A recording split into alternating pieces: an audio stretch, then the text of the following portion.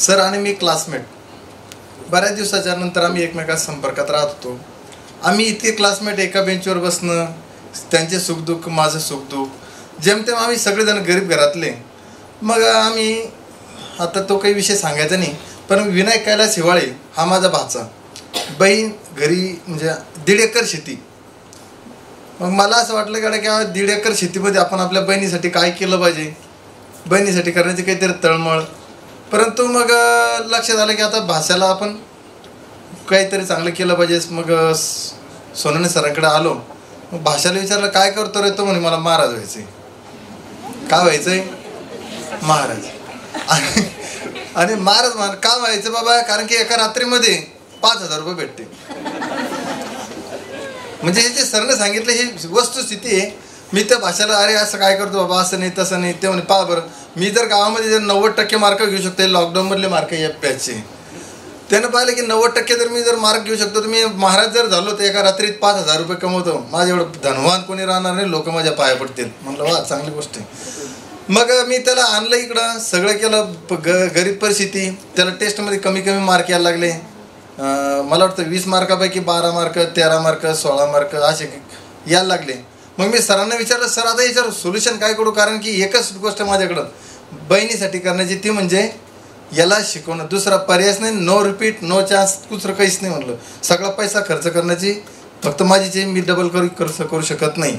मग त्यांनी मला सांगितलं ठीक आहे, तर तुम्ही काय करा, याच्यावर आपण 100% लक्ष देऊ आणि आपण त्याच्यावर लक्ष द्यायचं कसं, तो कसा वागतो याच्यावर आपण समजू आणि तशा पद्धतीने करू. त्यांनी सांगितलं की तुम्ही काय करा, सरांनी सांगितलं की तुम्ही आईला जर घेऊन आलं तर मग बरं आहे. तर मग आमची आजी वर्षभर, म्हणजे आमची आई म्हणजे त्याची आजी वर्षभर इतर आली आणि चांगल्या प्रकारे त्याला मार्क मिळाले आणि तेही पहिल्या अटेम्प्टमध्ये मिळाले. तर हे सगळं करत असताना 632 मार्क मिळाले. पण सरांनी मला थोडं जरी वाटलं, सरांनी मला पर्सनली कॉल केला. असं नाही की नाही बाबा मित्र आहे बाबा, तसं काही नाही. तर संदीप सर तुम्ही असं करा, आता एकदा भेटायला या. तर म्हणजे 2 दिवसावर नीटची एक्झाम होती. शेवटचा अनुभव सांगतो. 2 दिवसाची एक्झाम आणि सरनं सांगितलं की अरे तुझं विनायक, तुझा सकाळचा पेपर राहिला होता टेस्टचा, तो सोडून घेतला का? म्हणे हो. मग चला त्या दिवशी पेपर तपासला. तर पेपर तपासला आणि त्याला मार्क पडाले 576. मग म्हटलं सर आता काय हरकत नाही, म्हणजे शेवटच्या सरची जी टेस्ट आहे त्या टेस्ट सिरीजचं जे सांगतो तुम्हाला. आता काय होतं की पालक आणि आपण, म्हणजे आपण सगळे, कोणी मामा राहतं, कोणी वडील राहतं, आपल्या सगळ्यांचा जास्तीत जास्त विश्वास आपल्या मुलावर राहतो. परंतु मुलावर कमी विश्वास ठेवा, सर्वांवर जास्त विश्वास असला पाहिजे. आणि आज गुरुपौर्णिमेचा दिवस आहे, तर आपण आपले मुलांचे जे शिक्षक आहे त्यांना सांगितलं पाहिजे की अरे ते सर जे सांगते ना तसंच कर. मुलं हॉस्टेलला राहतात आपल्या आणि ते काय सांगतात एकमेकांना 2 महिन्याचे अभ्यास सफिशियंट आहे, 2 महिने 400+ होतात.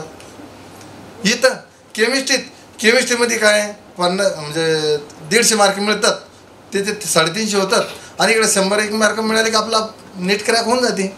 पण तसं काही घडत नसते. ते जसं सरनं सांगितलं ना तसं काही घडत नसतं. सगळ्या मार्कांचा ओव्हरऑल स्टडी व्हायला पाहिजे. आणि आपण सुद्धा सरांनी जे सांगितलं मला त्या दिवशी, किती 2 दिवस राहिले होते ना बाकी, तर त्याच्यामध्ये पाहिलं तर त्याचं फिजिक्सचं ज्यावेळेस आम्ही ॲनालिसिस केलं 3 प्रश्नपत्रिका मागच्या, तर त्याच्या 4 प्रश्न चुकायचे बा. पहिले कोणताही प्रश्न असू द्या, पहिले 4 प्रश्न चुकणार म्हणजे चुकणार. मग आम्ही दोघांनी ठरवलं की आता याच्यावर काय विलेज करायचं. म्हणजे तुम्ही म्हणसाल की आता याचं कठीणच काम आहे. पहिले 4 प्रश्न चुकणार म्हणजे चुकणार. आमच्या ते लक्षात आलं. ॲन्सर की पाहिलं, याच्यानंतर 4 ॲन्सर शीट पाहिलं. मग त्याच्यानं मी एक सोल्युशन काढलं. तू काय कर, नाही पहिले तू काय कर, टिक मार्क कर. 10 मिनटं तू 10 प्रश्न सोडेपर्यंत काय होतं, पहिलं एक पेजचं तुम्ही जर पाहिलं तर 10 प्रश्न असतात ना सर. हां, तर ते 10 प्रश्न तू काय कर, पहिले टिक मार्क कर आणि नंतर फिलअप कर. तर त्याच्यामध्ये त्याचा फक्त एकच प्रश्न चुकला, तो मी पहिलाच चुकला. म्हणजे सांगायचं तात्पर्य जे 3 प्रश्न आहे, हे माझे 3 प्रश्न म्हणजे 5 त्रिक 15 मार्क. 15 मार्क कशामुळे वाचले? फक्त एक साधी गोष्ट आहे की बा तू काय कर, पहिले प्रश्न सोडव, टिक मार्क कर आणि फिलअप नंतर कर. आता ही छोटी गोष्ट आहे का मोठी आहे? छोटी गोष्ट आहे. परंतु त्याने माझ्या भाषेचे किती मार्क वाढले? 15 मार्क. आता 15 मार्काचं व्हॅल्युएशन सांगतो तुम्हाला.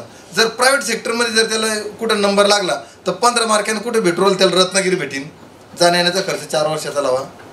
त्यानंतर प्रायव्हेट भेटलं, खर्च लावा. मग मला सांगा एका वेळेस भेटलं तर इतके 15 मार्काचा डिफरन्स पडतो. म्हणून आपण सातत्याने शेताचं काम थोडंफार आजचं उद्या करता येईल, पण आपण सरांना वारंवार येऊन भेटलं पाहिजे, त्याचा नक्की फायदा होतो. या ठिकाणी मी सगळ्यांना आग्रह करेन की तुम्ही यावं आणि सरांशी पर्सनली भेटावं. या ठिकाणी एवढं सांगतो आणि माझी जागा घेतो. जय हिंद, जय भारत.